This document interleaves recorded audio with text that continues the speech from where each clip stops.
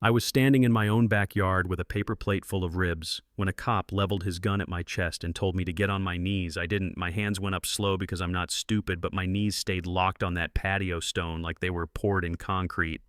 Yeah, that happened. And for a beat, the only sounds were the cicadas, the low hum of a Bluetooth speaker, and the breath my friends forgot to take. His name was Officer Kyle Mercer, Summit Ridge, Maple County, the kind of neighborhood that likes to brag. It doesn't need a gate because the hedges and the HOA emails do the job. I had closed my hardest case of the year and bought myself a little place with a square of blue water and enough grill space to make my uncles proud. 6 friends, paper plates, a playlist that never rises above neighbor-friendly me, and a red sundress that made me stand a little taller. I was happy in a simple way, and that offended him more than any loud music ever could. Mercer didn't get called. Nobody dialed his partner. Brad Larkin stayed slouched in the front seat like a man who knew where this might go. Mercer pushed through my gate like he owned the deed. We got a noise complaint. He tossed out flat and lazy. I glanced at the speaker and said I could turn it down if somebody was bothered. He didn't want quiet. He wanted control. He walked in tight, close enough that I could smell coffee and impatience. I drew a line the same way I've done with people twice his size and 10 times his ego. Officer, you're on my property without a warrant. If there's an actual complaint, I'll cooperate. Otherwise, I'd like you to leave. You could watch the smile slide off his face and hit the pavers. There's a look some men get when you don't fold their shoulders square. Their jaw works, and something old wakes up behind the eyes. His hand moved real quick, holster to barrel center mass. Hands where I can see them on your knees now, he said. Loud enough to make sure the whole street heard the performance I took in the stance. Too wide his grip, too tight his pupils. Blown, angry, not trained. I counted the 3 moves it would take to strip the gun, turn the wrist, put him down, and then I saw the headline in my head. You know what I mean? So I held still, eyes on him like a mirror. He couldn't crack. My guests froze. Larkin murmured something from the car, and after a long, swaggering beat, Mercer holstered, tossed a few more orders like confetti at a parade nobody asked for, and left with the same shaky authority. He came in on my party, ended in a silence so thick even the pool pump felt rude. Monday morning, I put on a navy blazer, walked into Maple County PD, and filed a complaint. The way you file something you intend to see again. I wrote it like a case note. Timestamps, quotes, witness names, location down to the gate latch. The desk sergeant tried to drown me in forms. I asked for a copy and a case number. Got both taped the number to my fridge like a reminder from a past version of me that believed in systems. 3 days later, Internal Affairs called Lieutenant Darrell Barnes had that smooth voice people use when they want your temperature to drop so you won't notice the knife. We take these matters very seriously, he said. Then read me a fiction about a loud party, a belligerent homeowner, and a split-second decision to unholster because a male guest moved in a threatening way. I could practically hear the ghost call. They logged after the fact. I told him I had 5 witnesses ready to testify. He said the word friends like it was a curse. Then he said the phrase that has started so many bad chapters in American towns within policy, and hung up the blue wall didn't just appear. It locked. I looked at my pool until the water turned into glass. I replayed his finger the barrel, the command to kneel, the way my friends' hands shook when they picked plastic cups out of the grass, and I felt 2 things at once. Humiliation, like heat behind the eyes, and calm, like a switch in my chest that flipped from outrage to work mode. So let me be plain. My name is Naomi Carter, and I am a federal investigator with the Department of Justice, Office of Inspector General. I don't lead with that at cookouts. I don't flash badges to fix parking tickets, but I do know how to build a case that doesn't care about spin. If they were going to pretend nothing happened, I was going to build them a record they couldn't pretend not to see. I started where anyone can, public records, and the kind of paperwork departments hate to organize. Mercer had a commendation that sounded brave until you read the footnote and the whispers around town that the shoot was bad and the DA blinked. More important, he had 7 prior excessive force complaints, all dismissed with language so soft you could sleep on it. Larkin's sheet looked cleaner, but money leaves footprints. I found a joint fishing boat they were financing together and a shared gambling debt to a guy named Uncle Rex, who is everyone's uncle until he isn't a man drowning in payments, and pride grabs for power wherever it floats by, and when power wears a badge, you and I both know how that turns out. Surveillance came next. Legal, quiet, meticulous. I swapped cars, ran a long lens, learned his patrol rhythm like a bad song that gets stuck. Watched him pull over a Latino dad with 2 kids in the back for a dim plate light that wasn't dim, filmed him snoozing in his cruiser behind a shuttered upholstery warehouse, while calls crackled and went unanswered. Watched him off duty at the Copper Lantern lining up whiskeys and chewing gum on his drive home like mint covers felony. I logged dates and times and angles. I wasn't chasing revenge. I was building a timeline, and timelines don't blink. People like Mercer treat their house like a throne room, which makes it the perfect place to rattle a crown. His wife Jenna had a public Instagram full of sunsets and school fundraisers, and bless her heart, a living room shot that framed their router like a family heirloom default model. Default password. I didn't touch their private files. I didn't invade anything the average teenager couldn't. Google in 2 minutes. I just introduced friction. Tiny, deniable, annoying friction. His phone dropped from Wi-Fi while Jenna's stayed perfect. The thermostat dipped 2 degrees at 3 a.m. and rose back at 3:05.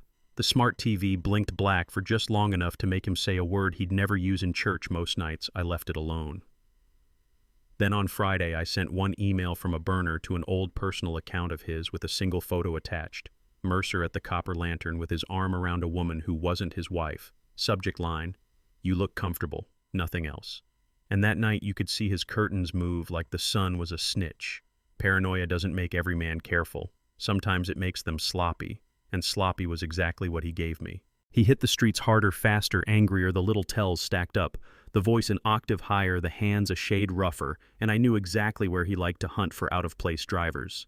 A 3-block stretch between a golf course and a townhome development with sales banners that use the word luxury too easily. So I parked by the corner of Oakmont and Jarvis with my long lens and waited day 2.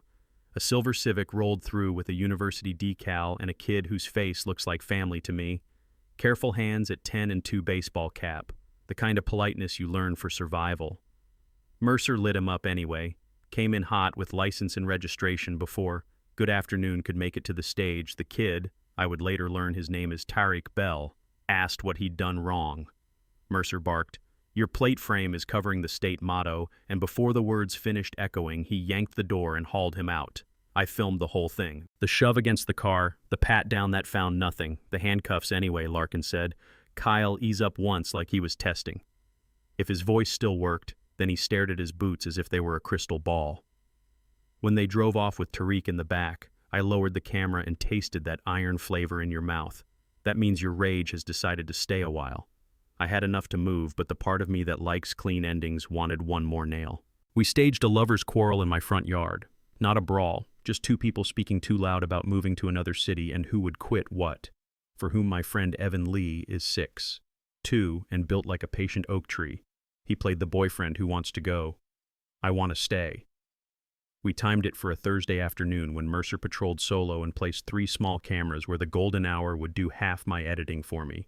A birdhouse, a lawn gnome, and what looked like a sprinkler head. But wasn't. I made the call to dispatch from a burner and kept it short enough to send the nearest unit, not enough to read as a setup. And we let the scene breathe for 3 minutes until a cruiser came ripping down my street like it was late for applause. Mercer didn't radio for backup, didn't walk the approach like a domestic.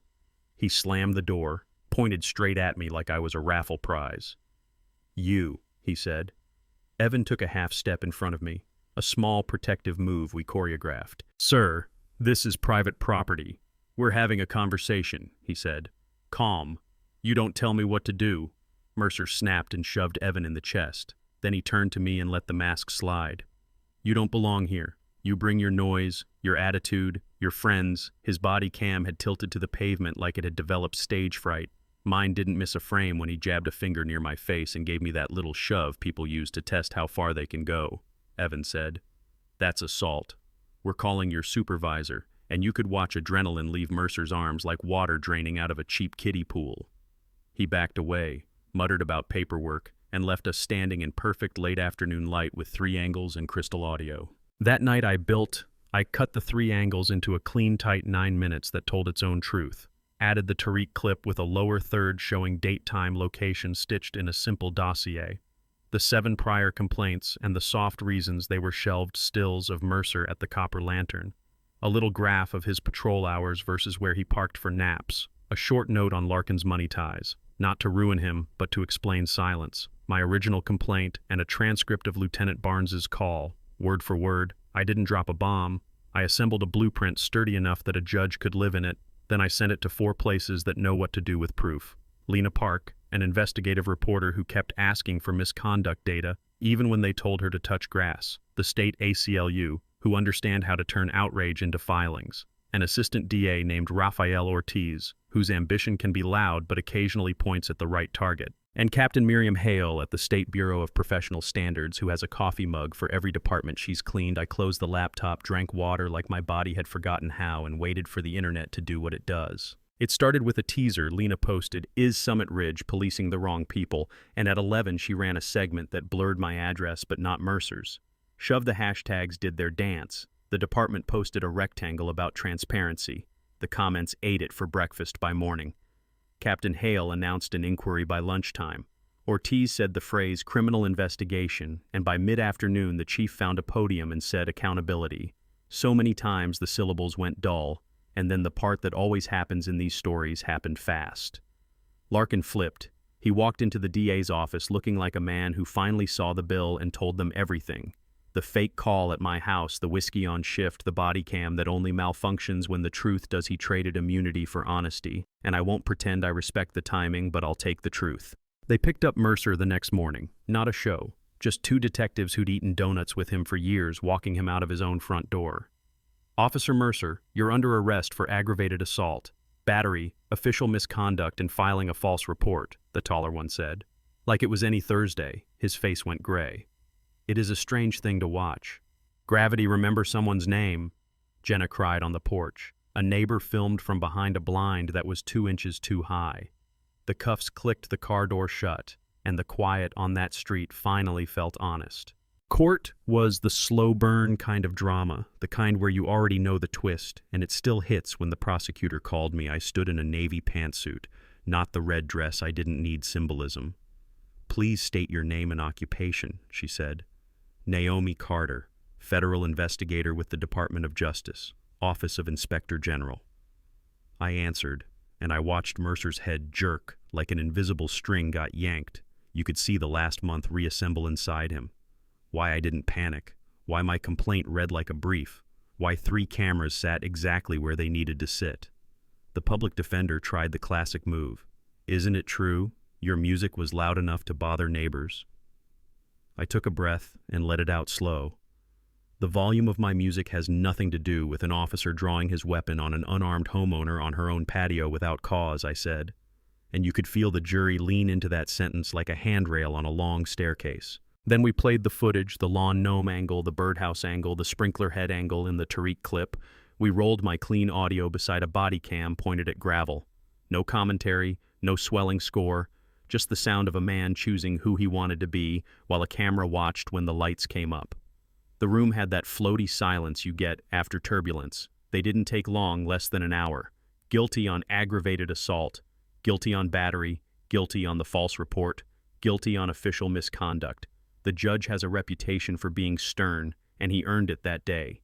He talked about oaths and the color of authority, and what it means to carry a weapon for the public and not against them. Then he sentenced Mercer to 10 years in state prison. Not probation, not weekends, 10 years. And the sound Mercer made then wasn't a shout. It was the tired sigh a house gives when a rotten beam finally collapses. I will not forget it. People ask if I felt happy, triumphant, vindicated. I felt clean. I sat by my pool that night while the playlist that started this whole mess drifted soft across the water. I let my shoulders drop in a way they hadn't since the day the gate opened. I thought about Tariq setting reminders for court dates he never should have had. I thought about Jenna zipping a suitcase with hands that finally stopped shaking. I thought about Larkin telling the truth a beat late and Barnes using that sweet voice to cover rot justice. Doesn't hand you back your Saturday or your joke or your appetite. It does something quieter. It closes the loop so nobody can steal the story and sell it back to you as policy. And for me, that was enough. I keep the red dress not as a trophy, but as a reminder that sometimes the bravest move is to do nothing.